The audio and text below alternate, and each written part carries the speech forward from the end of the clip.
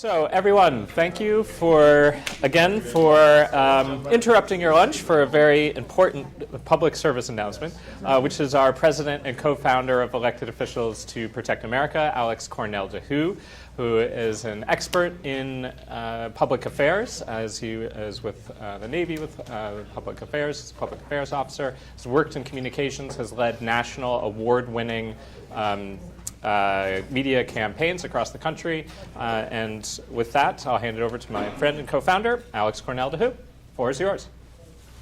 Great. Thank you, Dominic. Apologize I can't be there in person because I'm currently doing some work in the UK Parliament. We just had an early day motion pass on our Ukraine Energy Security Marshall Plan, which is quite exciting. And effectively, we're pairing sister cities up with cities in Ukraine to promote energy security and clean energy in the US, UK, and Ukrainian cities, which is a wonderful project, and it's great to see the mayors and governors interact and say, hey, actually, since Ukraine is doing this really effectively, we should do it at our cities at home as well. So today we have about 20 minutes to talk about value-based communications as it refers to crisis comms. And so this is going to be really a lot of information really quickly, and I'd love to follow up at times with individual questions, maybe afterward, or stay on if people do have that, just as a heads up. And I appreciate you taking the time out of lunch to also listen to this. I got primarily interested in the issue of energy security when I was in the Marine Corps. My old job was the demolitions rockets, the Javelin missile, and unfortunately, during one of the patrols, someone tried to blow my vehicle up. Fortunately, they weren't very good at it, and as the dust was clearing, we followed the wire and caught the guy. And we found out that there was a farmer who'd been paid $200 by Al-Qaeda because his crops had failed due to a massive drought. Our intel folks that later told me that's just not an uncommon story, and that was backed up when I was elected to the Maine state legislature and started meeting other veterans from around the US who had similar stories. Primarily because the two things we transported the most were water and oil. And 1 out of 24 had a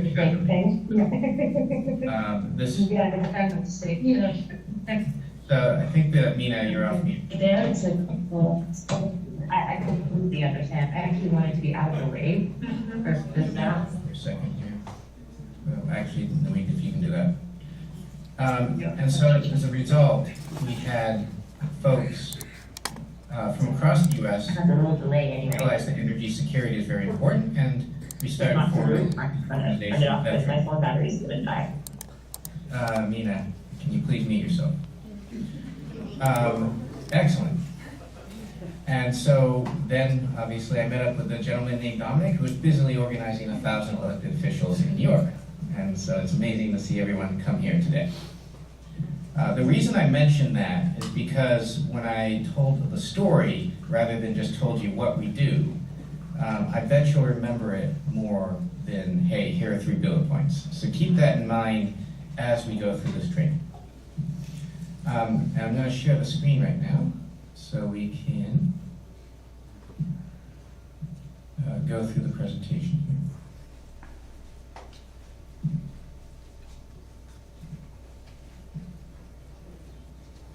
Wait, are we good? Yep. And great. So, when it comes to the information environment, it is extremely complex and false and real at the same time. So this is what we're living in right now. Particularly, Pew did some interesting polling where there's some of the things that make sense here. Incorrect statements, particularly, they did polling on. And the majority of protesters that occurred from the summer, this is soon after George Floyd and others, and we're looking at true, don't know, false. And I mean, the polling was what you would expect in many places. Other ones like correct statements. Barack Obama was born in the US. Somewhat disturbing, but you would expect 60% do believe it, 22% don't know, 19% are on the other side, I would say. The other part of this is, let's look at a more extreme version though, that got a lot of traction. A group of Satan-worshiping elites who run a child sex ring are trying to control our politics and media. Now, the interesting thing about that is, yes, okay, that's great, only 17% believe it. Unfortunately, the one thing that's really concerning, 37% don't know. And so, well, the purpose of most disinformation and we're combating is not necessarily to feed people false facts. It's also to get people to believe that nothing is true. And when a population starts to question everything, even basic science, they're now open to these crazy conspiracy thoughts. And so that's one of the major purposes of Russia and other agents are really good at this, but also the fossil fuel industry is an expert at this, particularly when it comes to combating climate change. And let's just look at one more really quickly. In your own words, what does the term watershed mean to you? 47% said they don't know. 27% a geographic area in which water flows to a common destination. That makes sense. A building or shed used to store water. 26%. So, as a result, this is after, by the way, drought in California.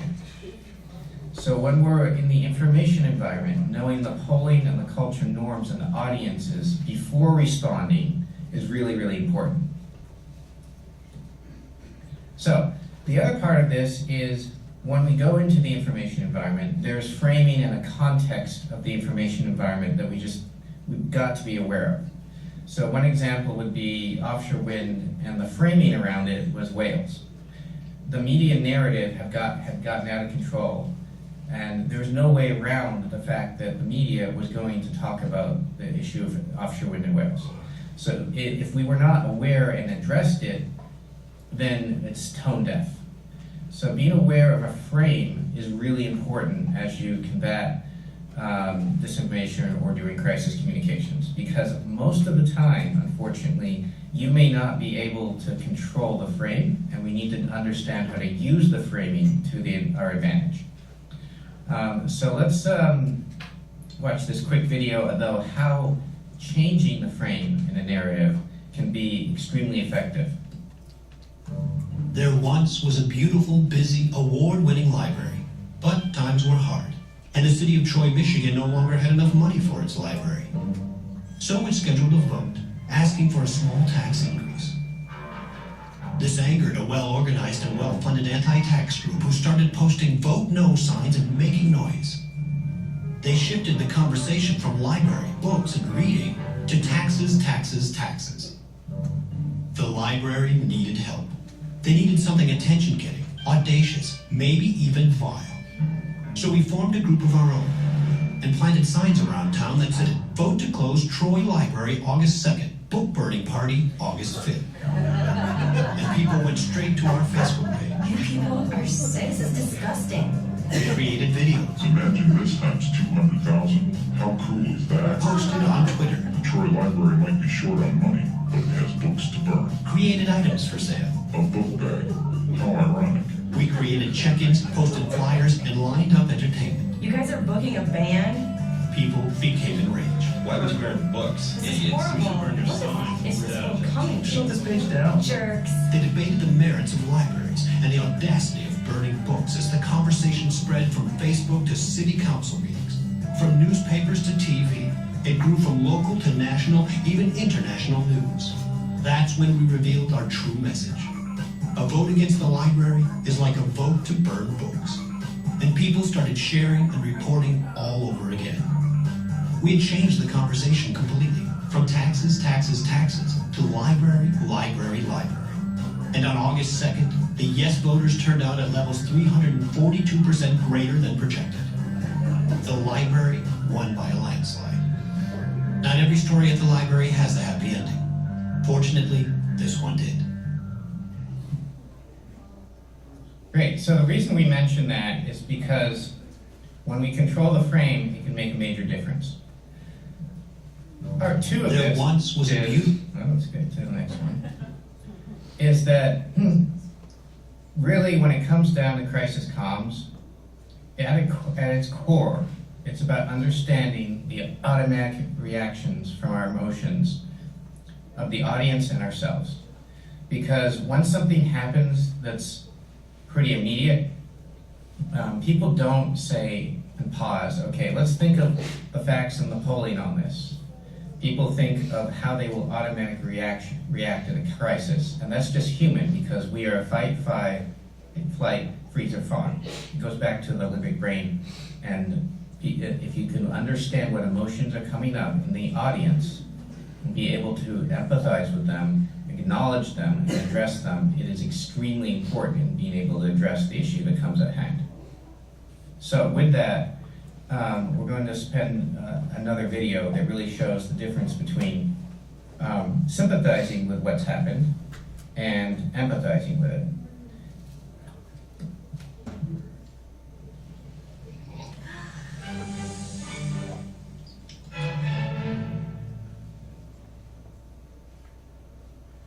So what is empathy, and why is it very different from sympathy?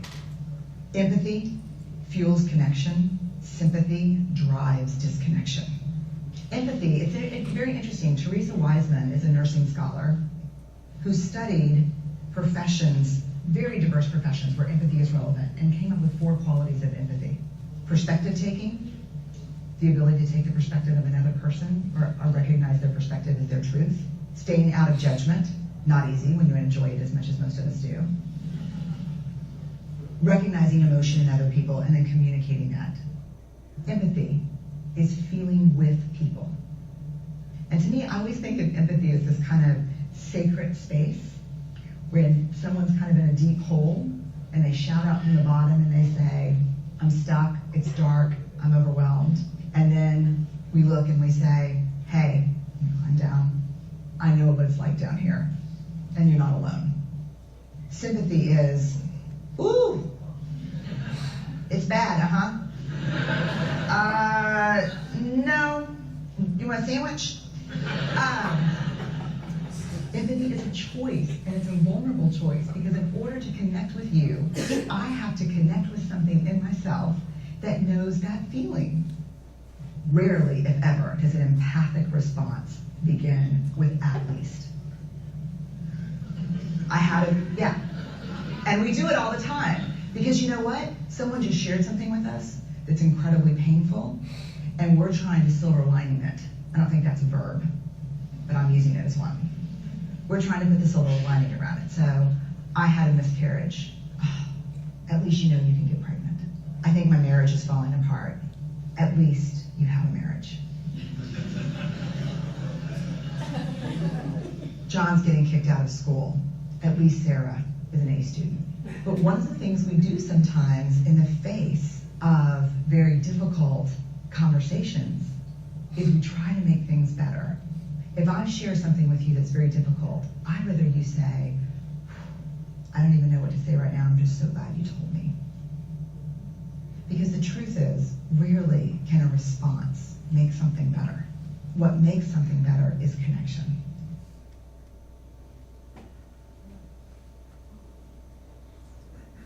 Great. So the reason we show that is because it's building a connection with an audience that really matters on an emotional level when we're talking about crisis comms and disinformation.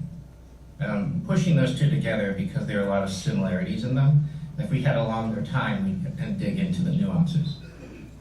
But really, when it comes to connecting, we need to connect on that emotional level. And there's a famous study out there that showed when it came to actually connecting with folks, on the 7-38-55 rule, 55% of it was your body language, 38% of it was the tone of voice, and only 5% was the actual content. Now, this doesn't take away from the fact that something that was said triggers an emotional response, right? The content is emotionally driven, or a word in it that is very emotionally driven can matter. But of all the respondents, and this has been backed up by many, this was just the original one in 1971, so folks have run with that. So understanding that our body language is extremely important of how we communicate it, the tone of voice, and the content. And actually they did a study of TED Talks as well. The eye contact, the posture, and the hands were much more important than all the content when they evaluated all the TED Talks, when they looked at audience engagement. So, I would just encourage everyone right now to close your eyes for 1 second, or a couple seconds actually, and then think of something you like. All right, open them, and we're going to ask, did you see it, did you feel it, did you taste it? So all those who saw that item, raise your hand. Yeah. And this is typical of every single audience we do this with, because humans are inherently very visual. So understanding when we're doing communications, including a press release that has photos or videos, is extremely important, because that's just how we process information as humans. And speaking of process information, how we organize ourselves is really around values. You can't find a place really in the US or the world that isn't organized around a value system. If we think about it, are there conservative rural areas and urban liberal areas, right? Or just, here's a conservative hotspot and here's a liberal place to live down the street, right, with groupings. The military, honor, courage, commitment. That's the Marine Corps and Navy. Nui was in the Army, so there's about 500 different value systems they have, and a nice background.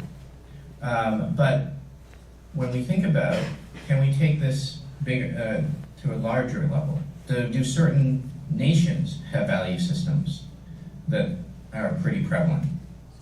I'd say yes, the US has a value system that is very different than North Korea or Russia, right? And so we're thinking about values because this is inherently just how we organize ourselves and naturally align with. From political parties to religions to locations to geography to groups, associations, values are really important. So understanding the value systems that relate to the communications we're doing is really important. And the corporate world knows this really well, and I'll show this why. Why do we work so hard? For what? For this? For stuff? Other countries, they work, they stroll home, they stop by the cafe, they take August off. Off. Why aren't you like that? Why aren't we like that? Because we're crazy, driven, hard-working believers, that's why. Those other countries think we're nuts. Whatever. Were the Wright brothers insane? Bill Gates, Les Paul, Ali. Were we nuts when we pointed to the moon? That's right. We went up there. You know what we got? Bored. So we left. Got a car up there with the keys in. Do you know why? Because we're the only ones going back up there. That's why. But I digress. It's pretty simple. You work hard, you create your own luck, and you gotta believe anything is possible. As for all the stuff, that's the upside of only taking 2 weeks off in August. That's fun. All right, so let's see what Ford had to say to that. Why do I work so hard? For what? For this? For dirt? Other countries, they work. They stroll to the market and buy locally grown food. Locally. Why aren't we like that? Well, more and more of us are like that. Because we're crazy entrepreneurs trying to make the world better. Some people might think we're nuts. Whatever. Me? I collect food scraps from restaurants, manure from zoos. Manure. Do you know why? To keep this stuff out of landfills and use it to make good, rich dirt. That's why. Yeah, look, it's pretty simple. You work hard, you believe that anything is possible, and you try to make the world better. You try. As for helping the city grow good, green, healthy vegetables, that's the upside of giving a damn. N'est-ce pas? All right, so clearly, two different target audiences based on the value sets that the companies are going after. So this is a very common tactic that the corporate world has done forever. And so an exercise you can do to understand when we're formulating our argument or our position, our point of view, is basically this what we have here. We don't have time to go through it, but answer these questions in terms of value sets. So it's not what we say about ourselves in bullet points, it's say what values do we have about ourselves. So for instance, at EOPA, protection is a value set, prosperity, environmental justice, those are all value sets that EOPA holds true. And then you go to the other side and then see what they say about themselves. And I guarantee if you do this, you're going to find some shared value sets between you and the other side. Every time we do it as a class, we find those shared value sets. And then you look at those shared value sets, and that's a way to do persuasion, an understanding based on those value sets that are shared between you and the other side, that are persuadable, how to engage with them. All right. So, but the best way to illustrate a value and get the facts across is not just to say it, it's through a story. And because stories make us data can make us very credible, but unfortunately data has been conflated with, that's your own set of data, and people automatically bounce back when it gets, their set of data gets challenged. Stories are a way to frame it and soften it so people don't view that they're wrong, so they can still be right and listen to the story.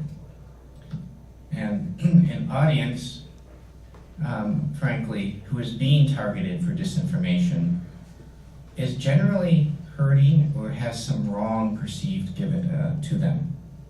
And that gives the opening to do disinformation really well.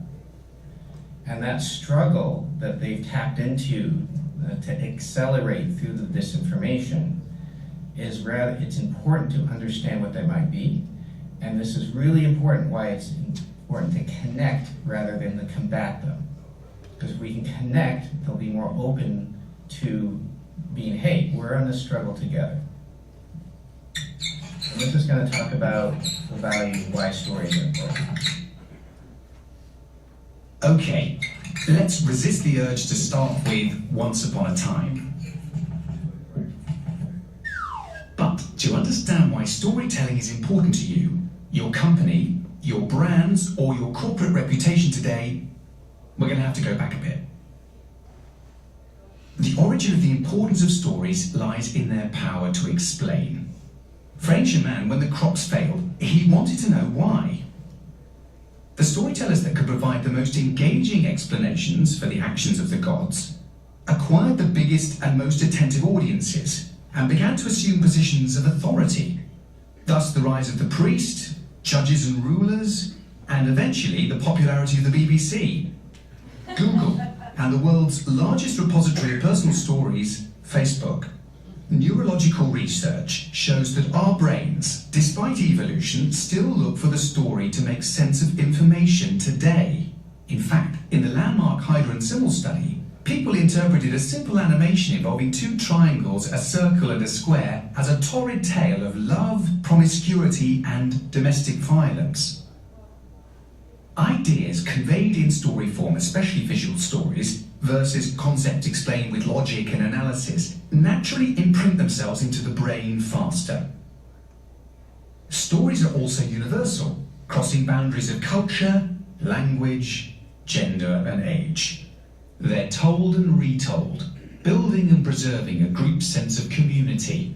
Stories align and motivate by portraying the world in terms that build emotional connections between people and create a sense of shared purpose.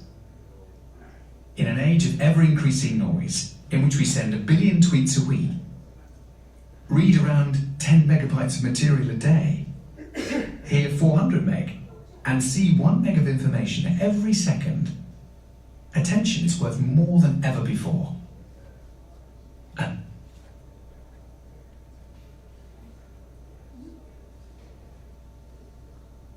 Sorry, got cut slightly short, but that was just the ending.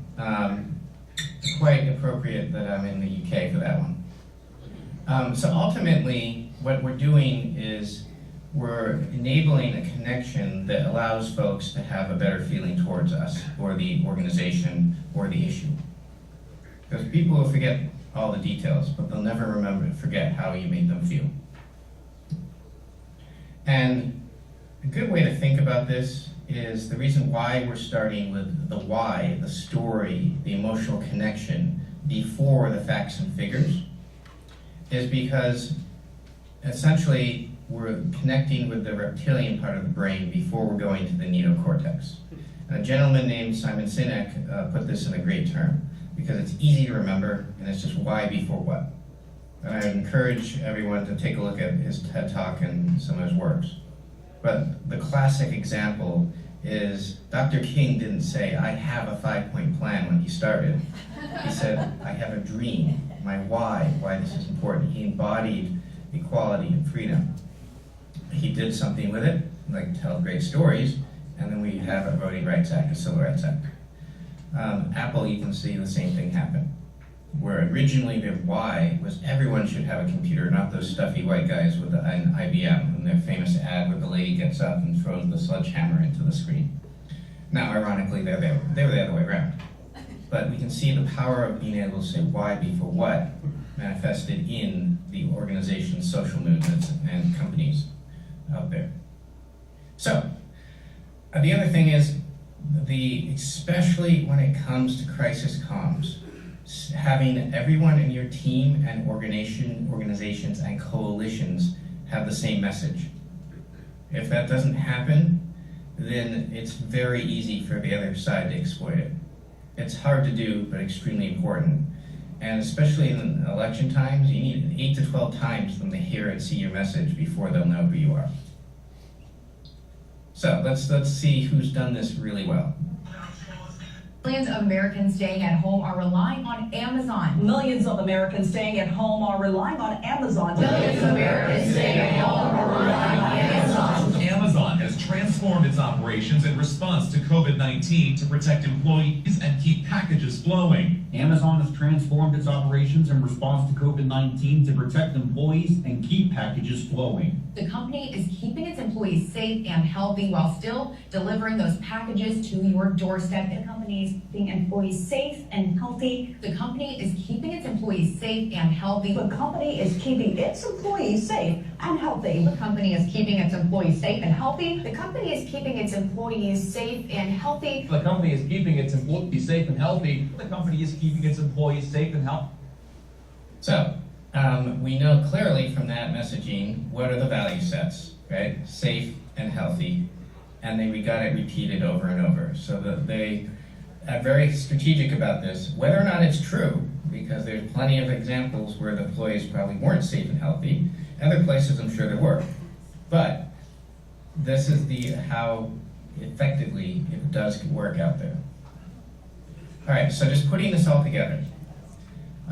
Basically, disinformation takes a small part of the population that is hurting, connects to it with lies, and with a small grain of truth, ideally, and uses information bias to show that they can be right.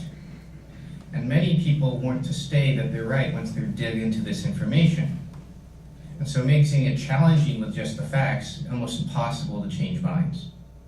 Or those facts are ignored because they're biased. Or I've even heard when people on offshore wind saying, well, the fact that the UK has 47% of its energy coming from wind power, particularly offshore, and has another 5.5 gigawatts coming on board.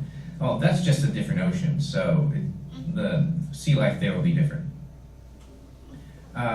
So in order to change this, we have to show that they can actually be right about being wrong, if that makes sense, and allow them the herd mentality into a pathway to join us. And the best way to do that is through a story. And so if we're going to put this into a comprehensive list of tips here, if you're with someone one-on-one, 3 deep breaths is really important, because sometimes the other stuff that person may have said is very inflammatory. So that resets our nervous system. Acknowledge their point of view. Thank them for being able to have the discussion, right? And agree that, hey, we're going to have different points of views, but let's talk about it.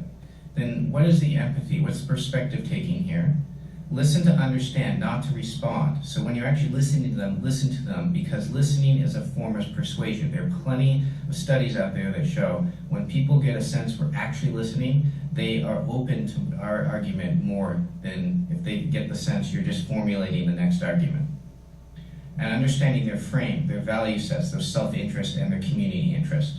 Most people act with self-interest and community interest, not one or the other. It just depends which is more prioritized. Then what is the connection? Not the correction. So my point of view, not right or wrong. And then when we get into the fact check section of it, tell the facts ideally through a story so they can understand without feeling that they're being attacked. And then ask thoughtful questions, not gotcha questions. And then we suggest, hey, here's a path forward together. So that's one outline. There are plenty of them out there, but there are bits and pieces that can be used. The other part, if you were in a media interview, it's different than one-on-one. So I'm not going to necessarily go through all that because it does repeat from the last one. And then if you're doing an op-ed, here are some others. And Dominic will point you to where this deck lives on our shared drive. So we'll be able to share this with everyone as well. And if you have any individual questions, happy to reach out, answer questions, or chat about any advocacy campaign or individual campaign you're working on, if that's on my personal time. But advocacy, we can chat all day long. Great. Back to you, Dominic. Amazing. Thank you so much, Alex. Very inspiring presentation.